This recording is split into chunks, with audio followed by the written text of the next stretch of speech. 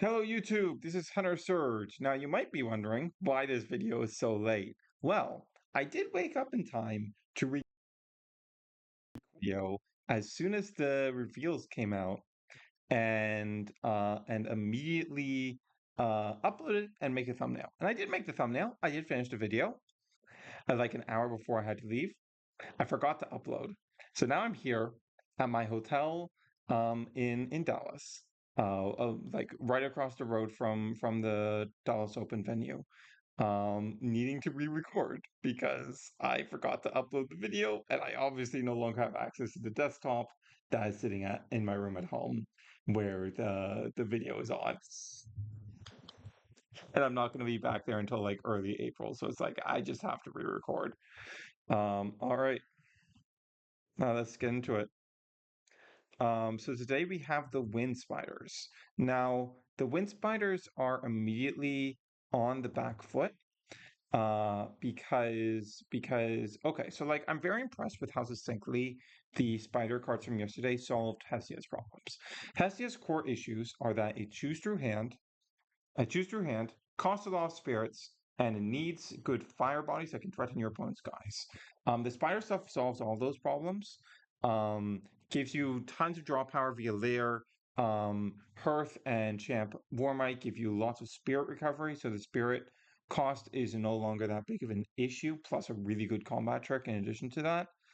Um, so it puts the deck in overall pretty good place where it can just abuse Hesia's strengths. And what are Hesia's strengths? Well, there is a certain board state where if you've played enough Elestrals, you'll probably be familiar with, where if your opponent has stuck a guy by protecting it with like a counter rune, and you only have one guy, and you have one back row, if that guy is like non-water and can threaten whatever you have, and then they cast out like a galaxy or an eddy, and they swing in with both, that single back row will not be able to protect your Lestral under any circumstance unless it's like exactly like Eddy switch Astrabit into attack. Because Tsunami is the only counter rune that can stop multiple attacks, but since they have a water guy, that'll be able to clear it. And that position is where Elestral's games often start snowballing, because once you're in that position, well, then your opponent on the crackback is only going to be able to take out one of your guys at best, and then you're going to be able to establish that position again. Or if you're able to protect your guy, you can establish a third guy and make things even more difficult for them. If they have multiple back row, well, that plays into Hurricane for one thing, um, but it also uh, it's also like it means you have to spend like 4 spirits to protect that one guy, and they still have 2 guys that you have to deal with. So those sorts of scenarios are really hard to come back from, but they take multiple turns to set up. But what Hesia is capable of is setting up those scenarios just immediately. Um, and with the draw power and spirit recovery to back it up, we can lean on that. But what do we need for that?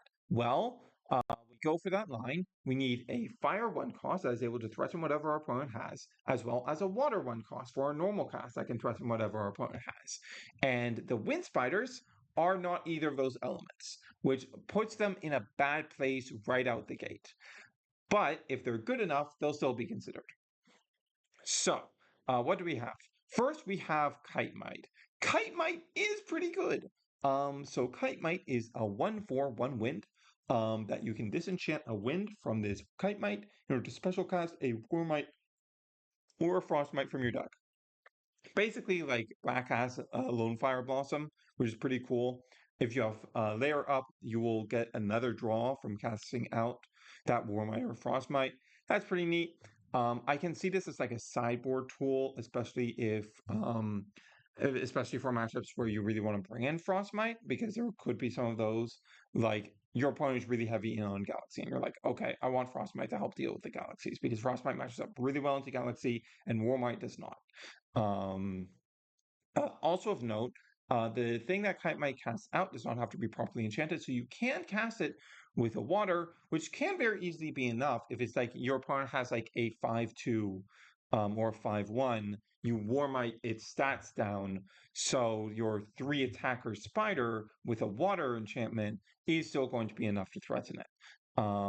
and that can allow Kitemite to line up with the board setups that we really want to be doing with a Hestia Spiders deck. Which like spiders can exist outside of Hestia, but I really think like its most viable home is with Hestia because because they just synergize, they just complement each other so well. And without Hestia, without what Hestia gives the spiders are just kind of like a weird five stack that like has a lot of draw power, which is cool, but no really real way to directly convert that draw power into a winning board state. Um, and all your fives die really easily on the crackback. Um, so I really think it has to be with Hestia. Um, but Kite Might is pretty solid. I'm not sure it'll make the cut though because of the like fire water issue that we have already outlined. Um, then we have Parachne. No, you two work with me. Okay. Um, so Parachne is a lot better. Oh, is it? It's not updating on OBS? Uh-oh. Come on. Work with me here. What the hell's happening?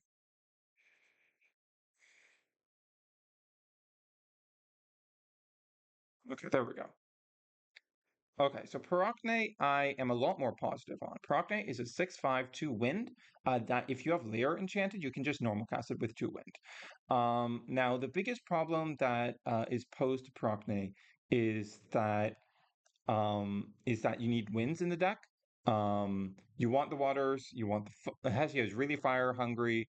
You want 2 earths for earthquake, and you probably want some thunders for like Elchek, potential Zeus, potential Jolton. Um, but so there's not a whole lot of room to put in wind spirits. But outside of that fact, Parachne is really, really nice. His stat lineup is really good. It's a stat lineup that means, okay, this is able to beat over any 5, but also if it gets put in defense position with like Tsunami, it doesn't get beaten by 5s. They still need to put additional investment into clearing Parachne, which is very, very good. The nature of the spirit math probably means that Parachne will match up very poorly into shield. You really need an Ambrosia to get it back onto the field. But this card is so, so nice. I like this card a lot. Like, I think this might actually end up being better than Champ Flarkne. Like, it might be just be better to use Jolton for your layer searching, and then you just go to Parachne where you would have the Champ Flarkne. Otherwise, I think this is actually a much better 2 cost for the deck. But the spirit math is weird for running it. So that's the biggest thing in the way of this card. But overall, I think this card is super good. Like just very, very strong card. Um, Also, it gets a really cool full art. Really cool full art. Yeah, there it is. 105. Windstorm is just Wind is just getting a lot of full arts in Firestorm. Like let's scroll down to it. It's not gonna load because this hotel internet is not the best. But we have it down here. Um, After Flamoth, Galaxy, Carry Off. Lots of wind, full arts. Just 2 slots left.